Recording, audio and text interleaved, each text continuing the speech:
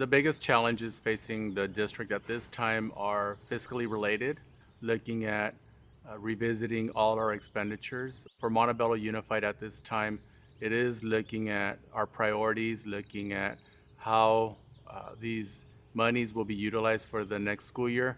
And I think right now it would be mainly looking at that priority being driven by staff, by our colleagues, our coworkers, looking at what is the cost for our certificated personnel as well as our classified, our administrative.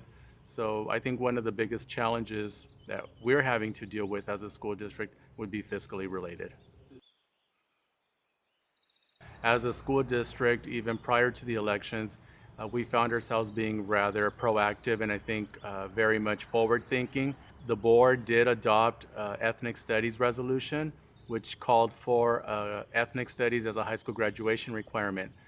In this course, it was not only focusing on ethnicities as the name would imply, but we are also looking at other subgroups, looking at socioeconomics, looking at the LGBTQ community. So it's really a course that would afford students the opportunity to learn more about people and who we are as a society.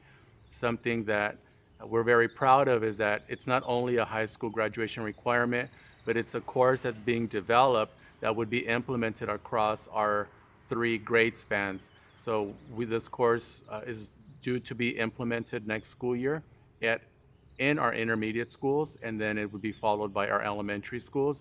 We have had the privilege of working with a professor of a nearby university. So the course is being developed with experts and also with teachers. In looking at closing the achievement gap, we are predominantly a Hispanic school district. A substantial percentage of them are English learners, primarily Spanish speaking.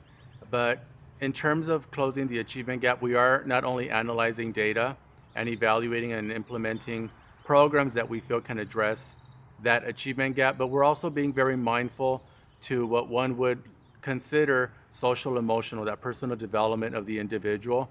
We have invested in opportunities, experiences for students outside of the school district where they have the opportunity to learn more about professional areas of employment, careers that they may be aspiring to. This school year, we also contracted with a company to come in and administer a survey, if you will, to all our 9th graders so that we can look at what are some of the strengths and weaknesses of our students. And it's not so much to look at weaknesses that our students may have, but it's how can students learn what their weaknesses or perceived weaknesses are, and how can they build and turn that around so they could be more successful, but also to have a greater sense of efficacy. We are really looking at mindset and looking at that grit so that our students are not only receiving experiences academically, but also as a person, as a human being. Having been a student and a graduate of Claremont Graduate University, I think the preparation that I received was beyond what I imagined. It's given me the skill set that I need, and I think having the opportunities to interact with prospective as well as current students would afford not only them with the opportunity to learn of what they are preparing for, and to a certain degree it also serves as professional learning for us. That for some of us, we may have graduated many years ago, but it's that connectedness or that interconnectedness. Being a proud graduate of Claremont Graduate University, I think it's a way to not only have and maintain that connection to this institution, but also to help those who find themselves in the position that I once held.